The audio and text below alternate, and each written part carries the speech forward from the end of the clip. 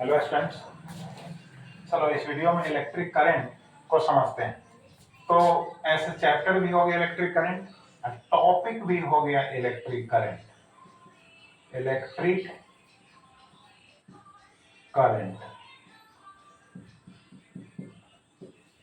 देखो, तो एक कंडक्टर को कंसीडर करते हैं। एक कंडक्टर को कंसीडर करते हैं, ठीक है। अब देखो, इस कंडक्टर के इस क्रॉस सेक्शनल एरिया से ठीक परपेंडिकुलरली जितना इलेक्ट्रिक चार्ज का अमाउंट ठीक है पर सेकंड पास करेगा, उसी इलेक्ट्रिक चार्ज के अमाउंट को हम कहेंगे इलेक्ट्रिक करंट। बात समझ गए?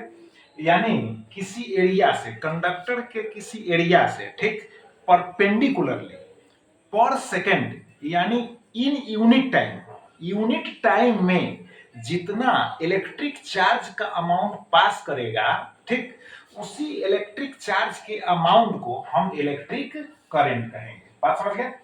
अब देखो, अब इलेक्ट्रिक करंट को I से इंडिकेट करते हैं, ठीक है।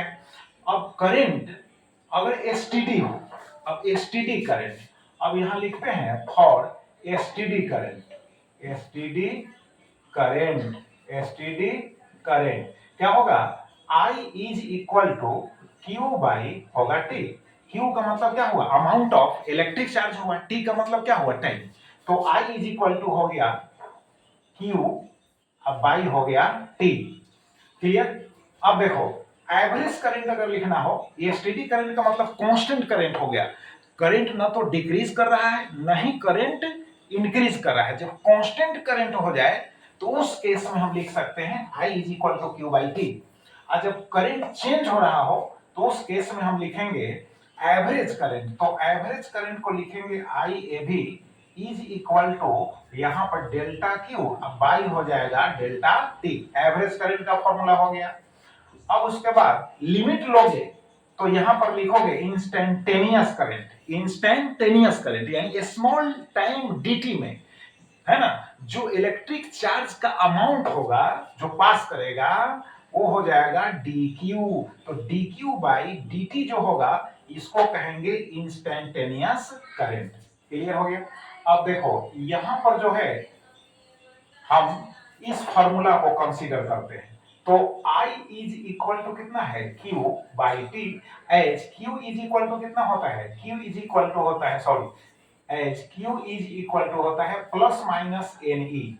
तो प्लस माइनस को हटाओ यार, Q इज इक्वल टू हो गया एन ई। तो यहां पर हम लिख सकते हैं I is equal to N E, अब बाई क्या होगा? टी हो जाएगा।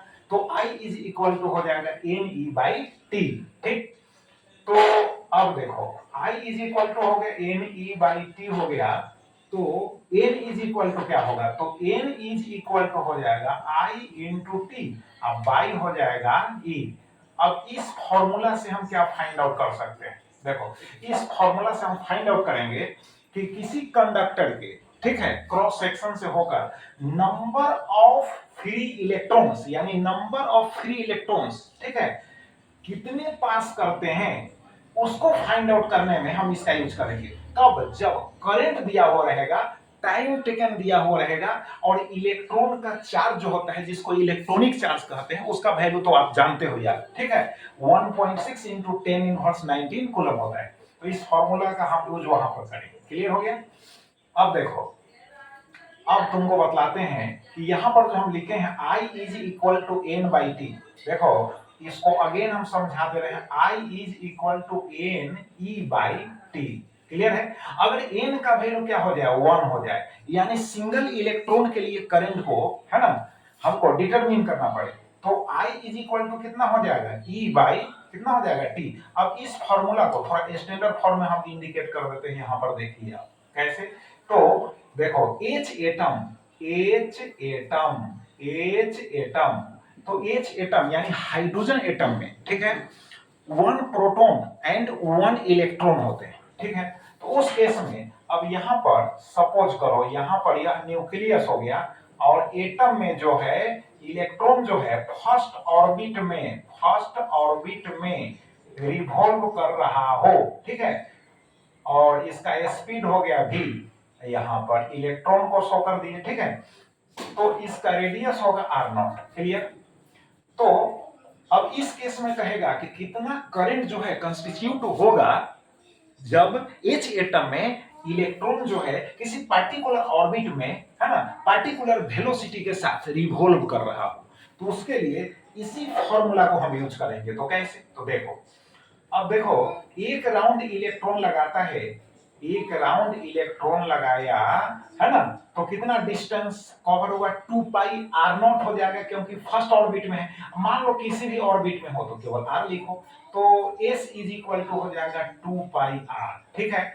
आई स्पीड यानी मैग्नीट्यूड ऑफ जो वेलोसिटी होगा उसको v से इंडिकेट करेंगे, तो 2 पाई r डिवाइडेड बाय क्या होगा, यानी 1 राउंड की बात है, तो टाइम पीरियड यहां लिखेंगे कैपिटल टी हो गया, 2 पाई r बाई टी हो गया, बात समझ गए, 2 पाई r बाई टी हो गया। अब देखो, अब 2 पाई r बाई टी हो गया, तो t को यहां फाइंड आउट कर सकते हो, तो t जो हुआ is equal to 2 pi r, अब बाई क्या हो जाएगा, बाई हो जाएगा v, तो t यहां फाइंड आउट हो गया।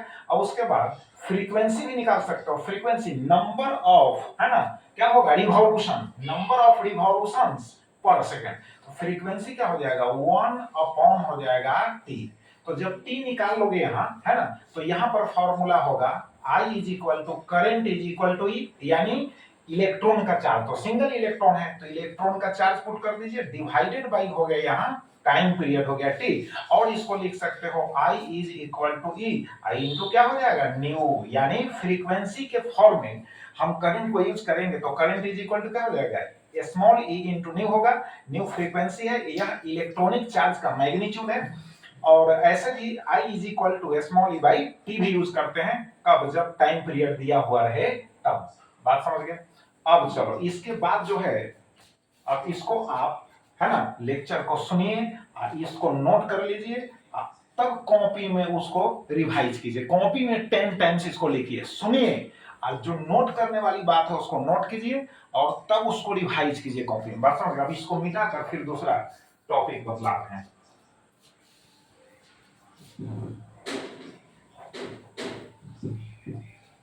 देखो,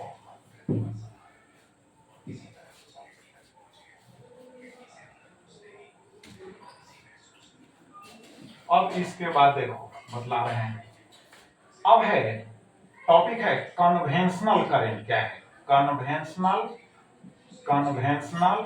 करंट, ठीक है, conventional current and electronic current. अब इसको समझो, इलेक्ट्रॉनिक करंट,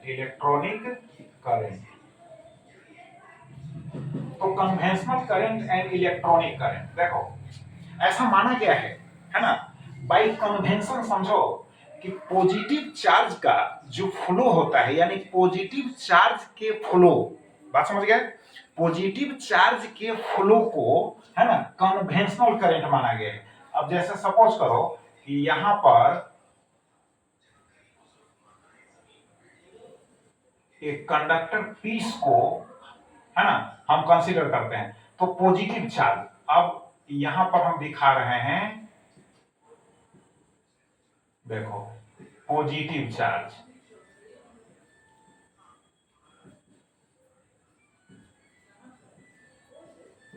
ठीक है, पॉजिटिव चार्ज का फ्लो, तो पॉजिटिव चार्ज के फ्लो का जो डायरेक्शन है ना, उसको कन्वेंशनल करंट का डायरेक्शन माना गया, क्लियर। अब देखो यहां पर फिर हम कंडक्टर पीस को कंसीडर करते हैं, यहां पर हम बतला रहे हैं, यानी निगेटिव चार्ज का फ्लो, निगेटिव चार्ज का फ्लो, निगेटिव चार्ज का फ्लो हो गया, क्लियर। तो करंट जो है कन्वेंशनल करंट आई, ठीक है, पॉजिटिव चार्ज के फ्लो के डायरेक्शन में, और यहां जो आप देख रहे हो ऐसे इलेक्ट्रॉनिक चार्ज का फ्लो है, तो इसको हम कहेंगे इलेक्ट्रॉनिक करंट। तो इलेक्ट्रॉनिक जो करंट होगा वह कन्वेंशनल करंट है ना कि डायरेक्शन के जस्ट अपोजिट होगा। अब इसको समझ लो फिर बढ़िया से अच्छी तरह से। जैसे ऐसा माना गया है बाई कन्वेंशन, ठीक है, कि किसी कंडक्टर में, मान लो कि यह कंडक्टर पीस है, तो इस कंडक्टर में ठीक यूनिट टाइम में इस क्रॉस सेक्शन से परपेंडिकुलरली जितने पॉजिटिव चार्ज है ना का अमाउंट फ्लो करेगा, ठीक, उसको कहा गया कन्वेंशनल करंट, ऐसा माना गया है। ठीक, बात समझ गए। बट इलेक्ट्रॉनिक करंट का मतलब है, और एक बात और समझ लो, कन्वेंशनल करंट को आई से इंडिकेट किया गया। इसका मतलब है कि हम जो करंट सर्किट में कंसीडर करते हैं, है ना, वह कन्वेंशनल करंट ही होता है यार, समझ गए, उसी के डायरेक्शन को हम कंसीडर करते हैं। ठीक, तो यहाँ आई जो लिखे हैं कन्वेंशनल करंट का डायरेक्शन हो गया। अब सेम अमाउंट में निगेटिव चार्जेज है ना का फ्लो पर सेकंड अगर इस क्रॉस सेक्शन से हो, बट इन अपोजिट डायरेक्शन होगा, यह बात याद रखो, पॉजिटिव चार्ज के यानी पॉजिटिव चार्जेस के फ्लो के डायरेक्शन के जस्ट अपोजिट निगेटिव चार्जेस है ना का फ्लो होगा। बात समझ गए। तो सेम अमाउंट में निगेटिव चार्जेस का फ्लो पर सेकेंड अगर हो रहा है ना, तो उससे जो रिलेटेड करंट होगा उसको कहेंगे इलेक्ट्रॉनिक करंट। क्लियर हो गया। तो यहां पर दिखा दी इलेक्ट्रॉन्स का फ्लो दिखाया गया है, यहां पॉजिटिव चार्ज का फ्लो दिखाया गया है, और दोनों का अमाउंट क्या है, मैग्नीट्यूड सेम है। और यहां पर भी आई इंडिकेट किया है, इसका मतलब है कि यहां जो आई है वह कन्वेंशनल करंट ही है, बट इलेक्ट्रॉनिक करंट का जो डायरेक्शन है ऐसे है, इसको कन्वेंशनल करंट कहेंगे, और यहां ऐसे जो होगा इलेक्ट्रॉनिक करंट होगा। अब एक ही सर्किट में हम इसको बतला रहे हैं, जैसे देखो यहां पर एक ही सर्किट में हम इसको बतला रहे हैं। देखिए अब यहां हो गया सेल हो गया, ठीक है, पॉजिटिव टर्मिनल है और यहां निगेटिव टर्मिनल है। अब देखो पॉजिटिव टर्मिनल से पॉजिटिव चार्जेस का जो फ्लो होगा वह इस डायरेक्शन में होगा, तो इसको हम कहेंगे, आई से तो इंडिकेट करेंगे, इसको कहेंगे कन्वेंशनल करंट, इसी को कहेंगे कन्वेंशनल करंट, ऐसा माना हुआ है। अब बात समझ गए। बट जो इलेक्ट्रॉनिक करंट होगा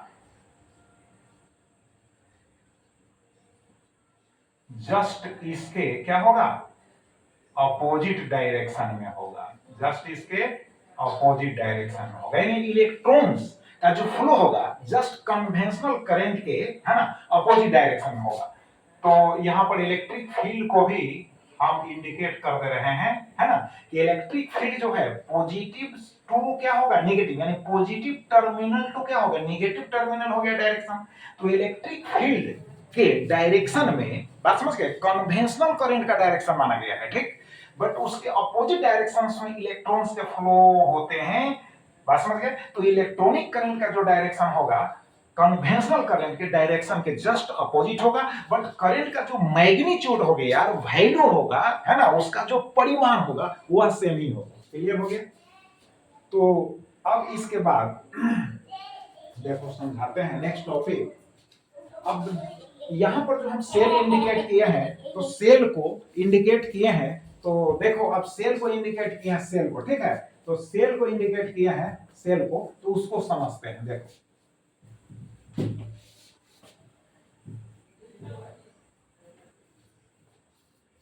देखो अब यहां पर जो है ईएमएफ, देखो ईएमएफ, अब इसको ऐसे भी लिख सकते हैं ईएमएफ, ऐसे ईएमएफ, लड़का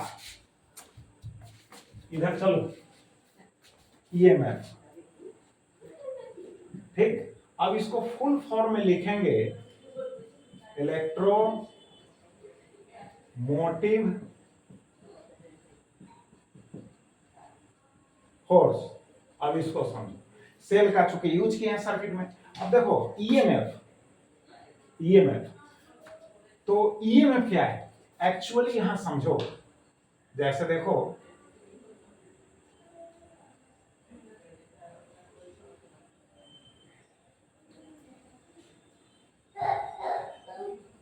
यहाँ पर रजिस्टर है, ठीक है, यहाँ पर स्विच हो गया, चलो उधर अभी चलो, स्विच हो गया। अब देखो की जो है और स्विच बोल सकते हो, यहाँ रजिस्टर है, रेसिस्टेंस इसका आर है, यहाँ पर सेल है, देखो ये पॉजिटिव टर्मिनल है और यह निगेटिव टर्मिनल है। अब उधर चलो तुम, निगेटिव टर्मिनल है, ठीक है। अब देखो, अब इसको हम कहेंगे ओपन सर्किट हो गया, यह ओपन सर्किट हो गया, ठीक है, ओपन सर्किट हो गया। तो ओपन सर्किट में क्या है, ईएमएफ समझना है, तो इसको कर्सिव राइटिंग में इसे लिख दिए। सर्किट जो है ओपन है यानी खुला हुआ है, अभी जो है सेल से करंट जो है ड्रॉ नहीं हो रहा है, बात समझ गए। तो समझो सेल के ये दोनों जो टर्मिनल्स है, एक टर्मिनल है पॉजिटिव टर्मिनल और दूसरा टर्मिनल है निगेटिव टर्मिनल, बात समझ गए। एक टर्मिनल क्या है, पॉजिटिव है, और दूसरा जो है निगेटिव है, बात समझ गए। तो पॉजिटिव एंड निगेटिव, ए लड़का, ओ पॉजिटिव एंड निगेटिव है ना, टर्मिनल्स के बीच जो डिफरेंस हुआ, यानी पोटेंशियल डिफरेंस, यार डिफरेंस का मतलब क्या हुआ, पोटेंशियल डिफरेंस, बात समझ गए। तो पॉजिटिव एंड निगेटिव टर्मिनल्स के बीच जो है ना पोटेंशियल डिफरेंस है, उसी पोटेंशियल डिफरेंस को हम कहेंगे इलेक्ट्रोमोटिव फोर्स। यानी ओपन सर्किट में जब करंट ड्रॉ नहीं कर रहे हो तब, ठीक, तो ओपन सर्किट में जो मैक्सिमम पोटेंशियल डिफरेंस होगा, जो मैक्सिमम पोटेंशियल डिफरेंस होगा, उसी को हम कहेंगे EMF of the cell. Actually EMF का यहां पर मतलब फोर्स नहीं है, बल्कि वर्क डन पर यूनिट, है ना, पॉजिटिव चार्ज से है। कैसे, तो समझ लो। अब देखो, अगर हम सर्किट को क्लोज कर दे, ठीक है, यानी क्लोज्ड सर्किट ले, तो क्लोज सर्किट जब होगा, मान लो क्लोज सर्किट है, ठीक है, अब क्लोज हो गया, तो पॉजिटिव टर्मिनल से कन्वेंशनल करंट का फ्लो ऐसे होगा आई, ठीक है, और इधर से फिर जाएगा इसमें आई, यानी पॉजिटिव चार्जेस जो है यहां से निकलेंगे, ऐसे जाएंगे, ठीक है, यहां पर इन करेंगे। अरे यार, तो पॉजिटिव चार्जेस को फिर यहां से यहां पहुंचाने के लिए सेल को वर्क करना पड़ेगा कि नहीं, तभी ना बाहर निकलेगा, है ना, इस वायर से होकर फ्लो होगा। तो यहां से यहां सेंड करने में जो वर्क डन होगा, यानी work done per unit positive charge होगा, तो हम इसको लिख सकते हैं E is equal to W by होगा क्यू।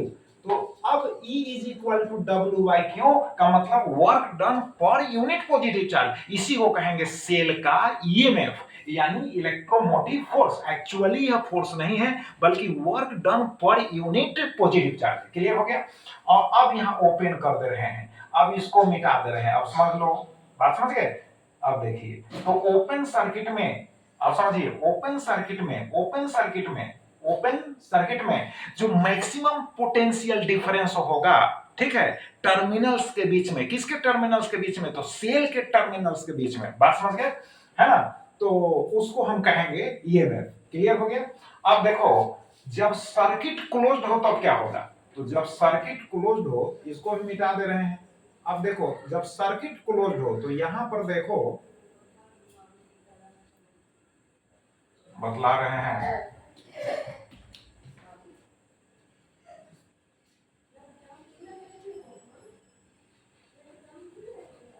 देखो, अब यहां पर हो गया क्लोज्ड सर्किट हो गया, ठीक है, यहां पर क्लोज्ड सर्किट हो गया,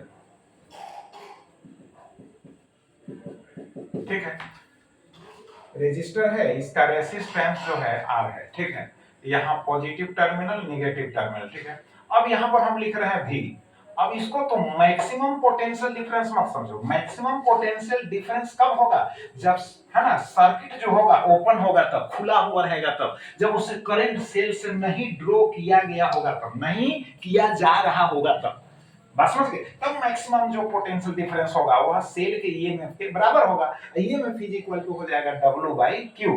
बट यहां देखो, इस V को क्या कहेंगे, टर्मिनल कहेंगे, टर्मिनल पोटेंशियल डिफरेंस, टर्मिनल हो गया पोटेंशियल डिफरेंस। अब देखो, यहां पर टर्मिनल पोटेंशियल डिफरेंस क्या हुआ, यानी सेल से जब करंट ड्रॉ करेंगे, सेल से जब करंट ड्रॉ करेंगे, तो उस केस में जो पोटेंशियल डिफरेंस होगा सेल के टर्मिनल्स के बीच, उस पोटेंशियल डिफरेंस को कहेंगे टर्मिनल पोटेंशियल डिफरेंस। अब ऐसा समझो यार, टंकी में पानी जो है पूरा भरा हुआ है, समझ गए, और एक भी नल जो है खुला हुआ न है, ठीक। तो पानी है ना, जो पानी है उसके लेवल को है ना समझो हायर लेवल, ठीक। और नल का जहां से पानी निकलेगा उसके लेवल को समझो लोअर लेवल। तो अभी जो ईएमएफ होगा समझने के लिए बतला रहे हैं, तो मैक्सिमम पोटेंशियल डिफरेंस के इक्वल होगा। और जब नल खोल देंगे तो उसके बाद क्या होगा, लेवल जो होगा टंकी में पानी का धीरे धीरे क्या होगा, रिड्यूस होगा, घटेगा, डिक्रीज करेगा, है ना। तो उस केस में जो डिफरेंस होगा उसको हम कहेंगे टर्मिनल पोटेंशियल डिफरेंस। तो उसको भी से लिखेंगे। अब बात समझ गए नहीं? तो टर्मिनल पोटेंशियल डिफरेंस समझ गए, क्लोज सर्किट में यूज होगा, है ना। अच्छा, ओपन सर्किट में आप समझ गए इलेक्ट्रोमोटिव फोर्स यानी EMF of the cell work by charge. अब मैक्सिमम पोटेंशियल डिफरेंस जो होगा इलेक्ट्रोमोटिव फोर्स ई के बराबर होगा। तो इसको आप समझ गए। तो अब आगे हम चलते हैं।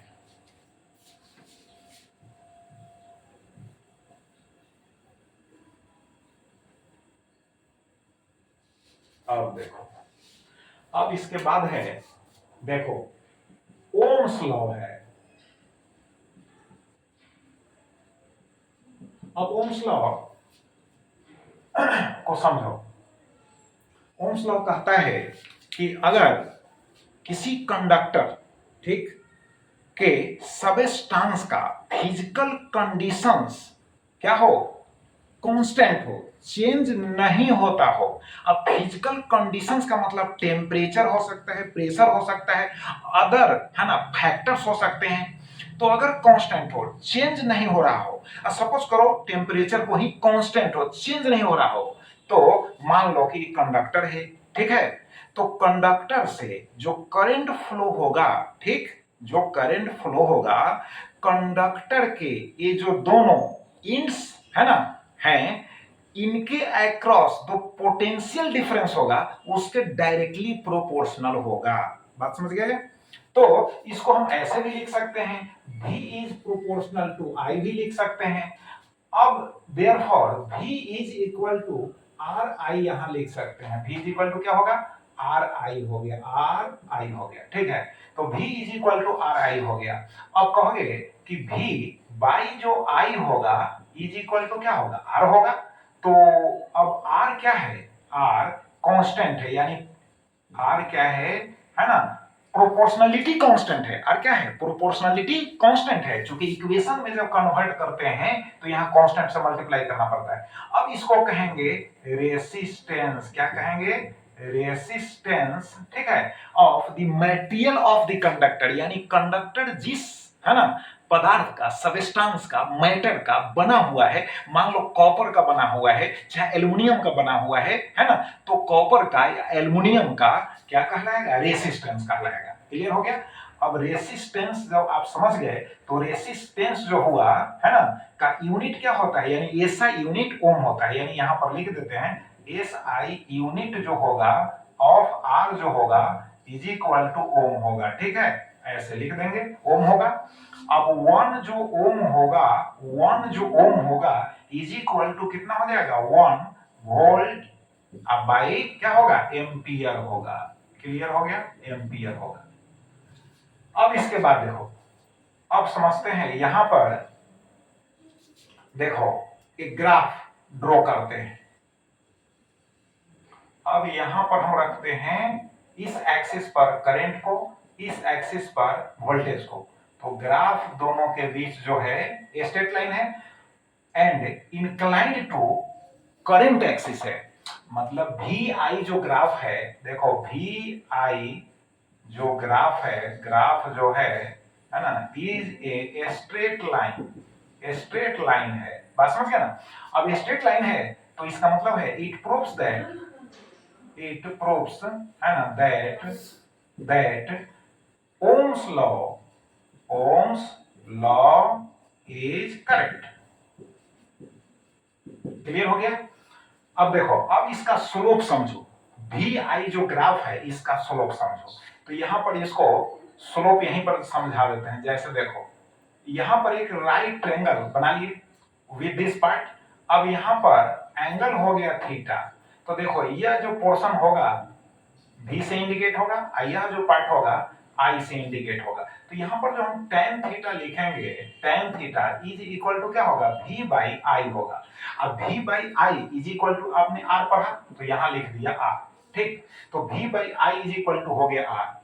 अब यहां जो tan थीटा है इसी को कहेंगे slope of V I graph. तो slope of V I graph is equal to कितना हो गया, V बाई आई। अब V by I is equal to हो गया R। क्लियर हो गया, इसमें कोई दिक्कत नहीं है। अब यहां पर सपोज करते हैं कि यहां पर जो है आई को पुट किए यहां पर, ठीक है, और यहां पर पुट किए V को, और यहां पर स्लोप ले रहे हैं तो देखो यहां पर क्या होगा, आई होगा और यहां V होगा। तो यहां पर जो होगा देखो, अब tan थीटा यूज करते हैं, यहां पर क्या यूज करते हैं, tan थीटा। तो tan थीटा जब हम यूज करेंगे यहां पर तो क्या होगा, आई, यानी आई बाई होगा V। अब इसको लिख सकते हैं 1 बाई, अब V बाई आई लिख सकते हैं, और 1 बाई V बाई आई होगा तो यहां पर हो जाएगा 1 बाई R होगा, है ना। तो 1 बाई क्या हो गया, R हो गया। तो अब यहां पर समझो कि भाई यहां यहां में क्या फर्क है। तो जब वी आई ग्राफ होगा तो tan थीटा का वैल्यू देखो, थीटा के बढ़ने से, थीटा का मान अगर बढ़ता है, ठीक, थीटा का वैल्यू बढ़ता है तो tan थीटा का वैल्यू बढ़ता है। कैसे, tan 0 डिग्री का वैल्यू 0 और tan 45 डिग्री का वैल्यू क्या होता है, 1 होता है। तो 0 से 1 है ना, बड़ा हुआ। तो थीटा के बढ़ने के साथ tan थीटा का वैल्यू बढ़ता है, यानी tan थीटा का मान बढ़ता है। तो यहां पर जो होगा tan थीटा का मान बढ़ेगा तो रेसिस्टेंस जो होगा बढ़ेगा। बात समझ गए। बट यहां पर क्या होगा कि यहां पर tan थीटा का मान बढ़ेगा तो रेसिस्टेंस यहां घटेगा, क्योंकि tan theta is equal to है 1 बाई आर है। अब उसको टेम्परेचर के साथ देखो हम समझाते हैं।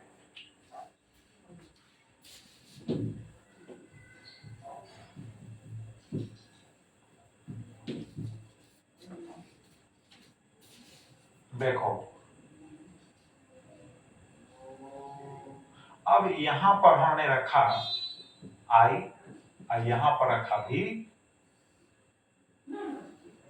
2 ग्राफ्स ड्रॉ कर लिए, ठीक है। तो यहां पर लिखा T1 R1 T2 R2, ठीक है। अब देखो T1 का मतलब टेम्परेचर, T2 का मतलब टेम्परेचर, बात समझ गए। तो रेसिस्टेंस जो होता है याद रखना, मेटल्स का जो रेसिस्टेंस होता है टेम्परेचर इंक्रीज करने से, है ना, रेसिस्टेंस इंक्रीज करता है, यानी टेम्परेचर के बढ़ने के साथ मेटल्स का जो रेसिस्टेंस होता है वह भी बढ़ता है। तो T1 हम सपोज करते हैं यहाँ T1 जो है इज ग्रेटर देन है T2। तो T1 जब T2 से बड़ा है इसका मतलब है कि R1 जो होगा वह बड़ा होगा R2 से। क्लियर हो गया, R1 क्या होगा, बड़ा होगा R2 से। तो वी आई ग्राफ से तो स्पष्ट हो गया T1 is greater than T2, तो R1 इज ग्रेटर देन क्या होगा, R2 होगा। R1 इज ग्रेटर देन क्या होगा, R2 होगा। बात समझ गए। अब यहां पर अगर हम स्लोप लेते हैं तो स्लोप में यहां तो क्लियर होगा tan theta is equal to R के बराबर होगा। बट यहां पर अगर इस तरह से अगर हम ले यहां पर, ठीक है, तो यहां हो गया T1 हो गया R1 हो गया T2 हो गया R2 हो गया। यहां पर रख देते हैं I और यहां पर रख देते हैं V। बात समझ गए। तो देखो अब यहां पर क्या होगा कि T1 जो है, अब देखो आई भी ग्राफ हो गया। तो अभी जस्ट पढ़ा आपने कि tan theta is equal to, यहां पढ़ा है 1 बाई आर पढ़ा है, 1 बाई क्या पढ़ा है, आर, यानी tan थीटा के बढ़ने के साथ आर क्या होगा, घटेगा।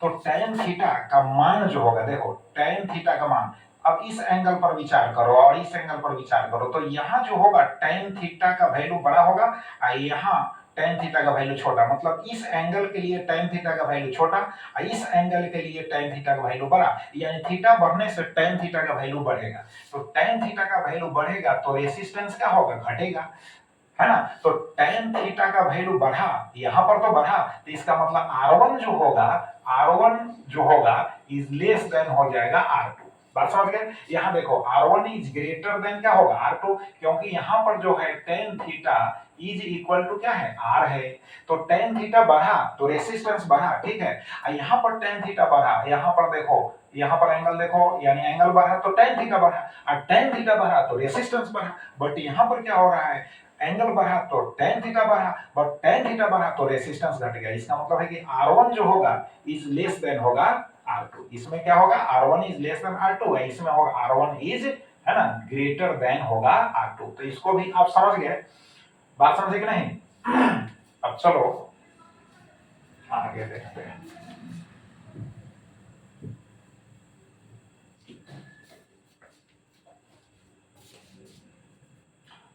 अब देखो यहां पर ओम्स लॉ में हम सर्किट को यहां पर ड्रॉ करते हैं, ठीक है।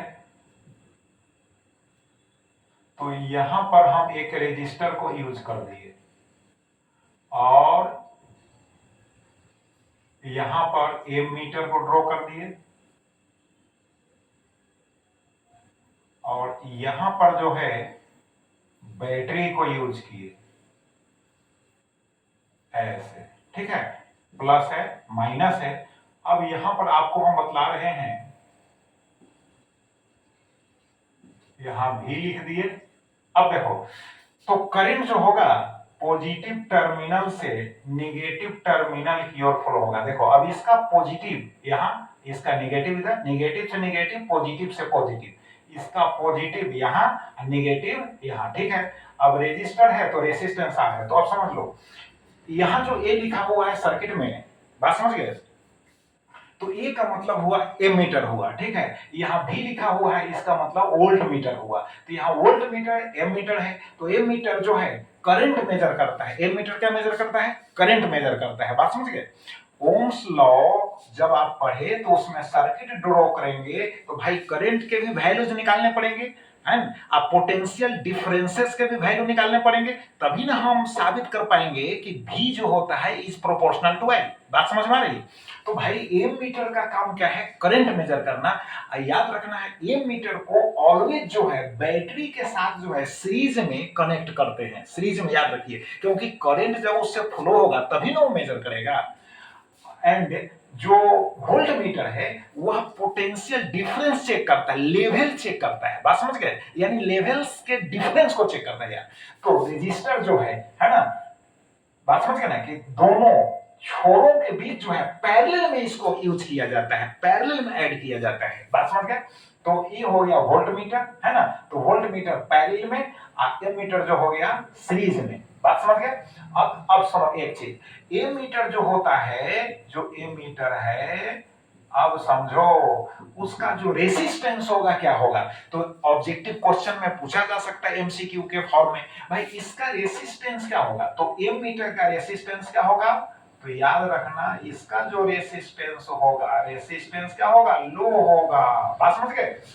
आइडियल अगर एमीटर है, कौन, आइडियल, आइडियल मतलब आदर्श है ना, बात समझ गए ना, यानी काफी अच्छा है यार, आइडियल एमीटर हो तो उस केस में क्या होगा, आइडियल एमीटर हो, यानी फॉर आइडियल एमीटर होगा तो रेसिस्टेंस जो होगा, रेसिस्टेंस जो होगा वह हो जाएगा, क्या हो जाएगा, जीरो होगा यार, यानी लो का क्या होगा लिमिट, लो होते होते होते होते होते होते होते होते जीरो हो जाएगा, बात समझ गए।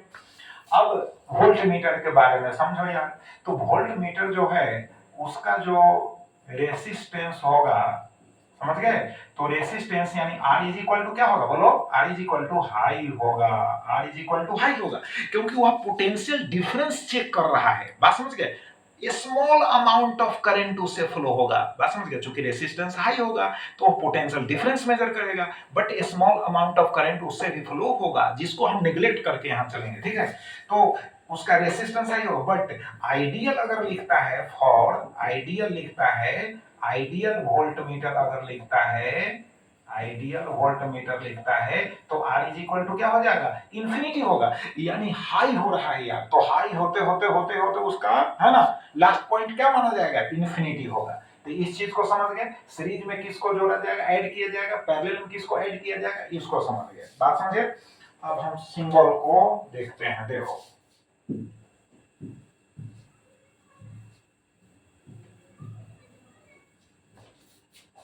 देखो अब रेसिस्टेंस जो होता है, रेसिस्टेंस, देखो रेसिस्टेंस, तो सिंबल इसका क्या होगा, ऐसे इसका सिंबल है, तो इस तरह से है, तो इसको हम कहेंगे, इसको, ये जो हो गया कांस्टेंट रेसिस्टेंस का सिंबल हो गया, यानी ऐसा सिंबल कांस्टेंट रेसिस्टेंस हो गया, ठीक है, यानी फिक्स्ड उसको कह सकते हो, fixed resistance, fixed resistance, fixed resistance हो गया। अब ऐसे बना हुआ रहे, ऐसे, तब इसको कहिए वेरिएबल हो गया, वेरिएबल रेसिस्टेंस हो गया। और यहां पर ए लिखा हुआ रहे तो समझना ये मीटर हो गया, ठीक है, और ऐसे भी लिखा रहे तो वोल्ट मीटर हो गया, और ऐसे जी लिखा हुआ रहे तो गैल्वेनोमीटर हो गया।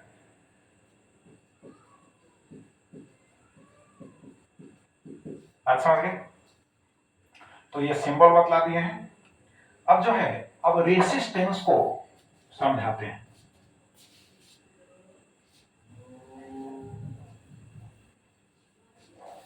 देखो रेसिस्टेंस को समझो, रेसिस्टेंस,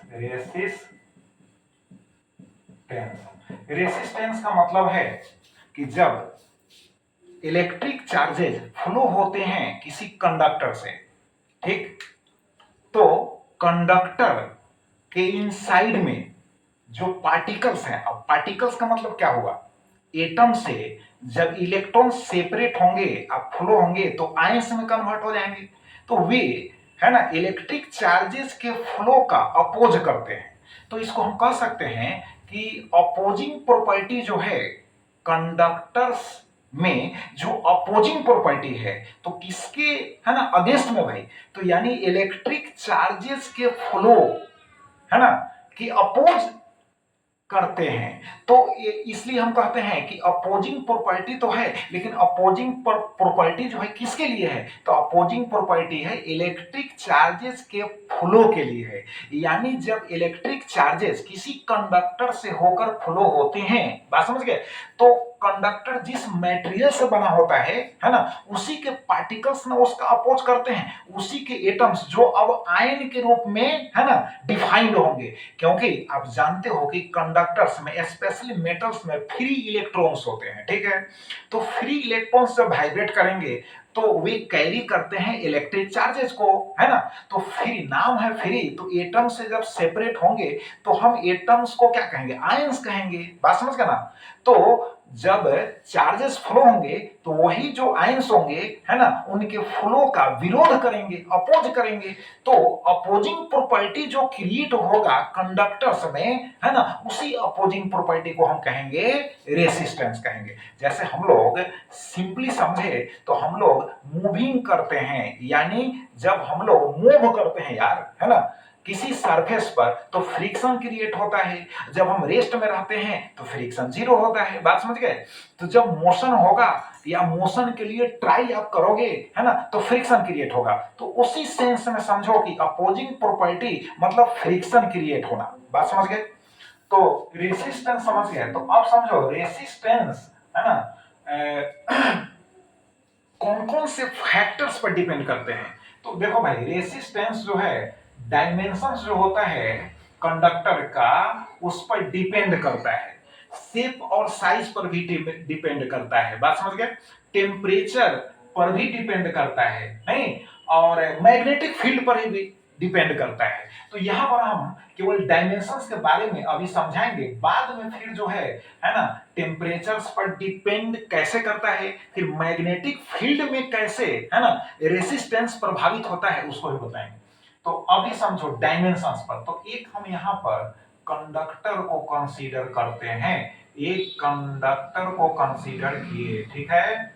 अब देखो, अब इसका जो लेंथ है एल है, यहाँ जो क्रॉस सेक्शनल एरिया देख रहे हो इसको ए ले लिए, तो रेसिस्टेंस जो होता है एक्चुअली कंडक्टर के लेंथ के डायरेक्टली प्रोपोर्शनल होता है। फिर क्रॉस सेक्शनल जो एरिया है उसके इनवर्सली प्रोपोर्शनल होता है। बात समझ गए?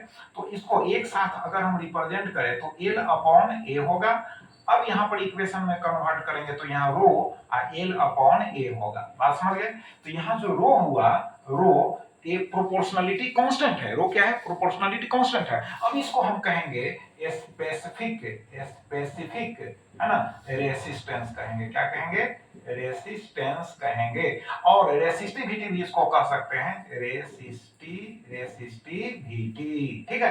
तो अब यहाँ पर रो इज इक्वल टू कितना होगा? आर ए, अब बाई होगा एल। अगर हम ऐसा करें कि L is equal to 1, A is equal to 1, इसका मतलब है कि L is equal to L is equal to 1 metre, A is equal to 1 metre square. तो इस केस में क्या होगा? देन यहाँ पर होगा रो इज इक्वल टू हो गया आर। इससे स्पष्ट हो रहा है, क्लियर हो रहा है कि रो का जो प्रॉपर्टी है वह रेसिस्टेंस के जैसा ही प्रॉपर्टी है। दोनों सिमिलर प्रॉपर्टी रखने वाले हैं, बट दोनों में डिफरेंस क्या है कि देखो रेसिस्टेंस में कोई बाउंडेशन नहीं है कि लेंथ कितना है, बट रो जब रेसिस्टेंस के इक्वल होगा तो कंडक्टर का लेंथ यूनिट होना चाहिए, क्रॉस सेक्शनल एरिया भी यूनिट होना चाहिए, क्रॉस सेक्शनल एरिया भी यूनिट होना चाहिए। समझे? ले जाओ खेलो।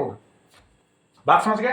तो अब देखो जो रो है यहां पर समझ लो कि रो का यूनिट क्या होगा। तो यूनिट क्या होगा? देखो यहां ओम मीटर होगा, ओम मीटर,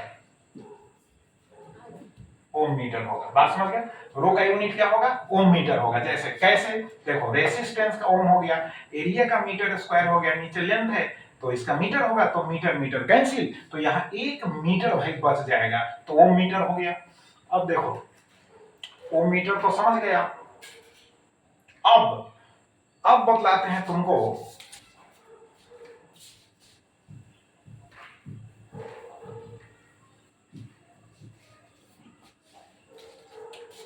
टू फिजिकल क्वांटिटीज यहां पर और बतला रहे हैं। जैसे एक है कंडक्टेंस। देखो कंडक्टेंस क्या है?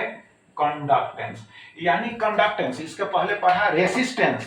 तो रेसिस्टेंस का जो रेसिप्रोकल होगा यानी प्रतिलोम जो होगा वह होगा कंडक्टेंस।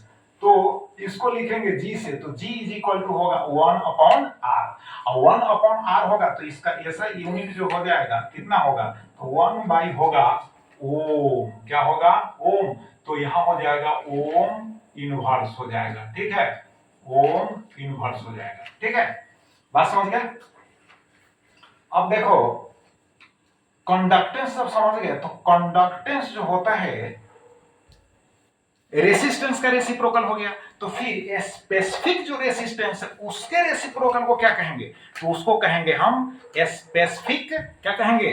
स्पेसिफिक कंडक्टेंस और कंडक्टिविटी। बात समझ गए? स्पेसिफिक क्या कहेंगे? कंडक्टेंस और कंडक्टिविटी। तो अब इसको समझ लो, स्पेसिफिक, स्पेसिफिक है ना, कंडक्टेंस, लड़का कंडक्टेंस और कंडक्टिविटी कहेंगे। बात समझ गए? स्पेसिफिक कंडक्टेंस और कंडक्टिविटी। तो इसको हम सिग्मा से लिखेंगे, तो 1 बाई क्या होगा? रो, यानी reciprocal of specific resistance is called specific क्या होगा? कंडक्टेंस होगा। फिर से समझो, रेसिप्रोकल ऑफ स्पेसिफिक रेसिस्टेंस और resistivity is called specific conductance, और कंडक्टिविटी भी इसको कह सकते हो। बात समझ गए? कंडक्टिविटी। अब इसका जो एसआई यूनिट होगा, इसका एसआई यूनिट क्या होगा? तो 1 बाई होगा ओम मीटर होगा। ठीक है? तो दिस इज इक्वल टू हो जाएगा ओम इनवर्स और फिर हो जाएगा मीटर इनवर्स। बात समझ गए? ओम इनवर्स हो जाएगा और फिर हो जाएगा मीटर इनवर्स। बात समझ गए? तो चलो रेसिस्टेंस आपने समझा। ठीक है? फिर उसके बाद स्पेसिफिक रेसिस्टेंस समझा और उसको रेसिस्टिविटी भी कहेंगे, फिर कंडक्टेंस समझा, फिर स्पेसिफिक कंडक्टेंस और कंडक्टिविटी समझा। रेसिस्टेंस है ना को अच्छी तरह से समझते हुए सिंबल को भी समझा, और रेसिस्टेंस के सिंबल के साथ साथ जो वोल्ट मीटर यूज किए जाते हैं और जो एम मीटर यूज किए जाते हैं सर्किट में, उनको भी आपने समझा सिंबल के साथ। तो चलो अब इनको रिवाइज करो, फिर हम नेक्स्ट वीडियो में मिलेंगे। Thank you very much.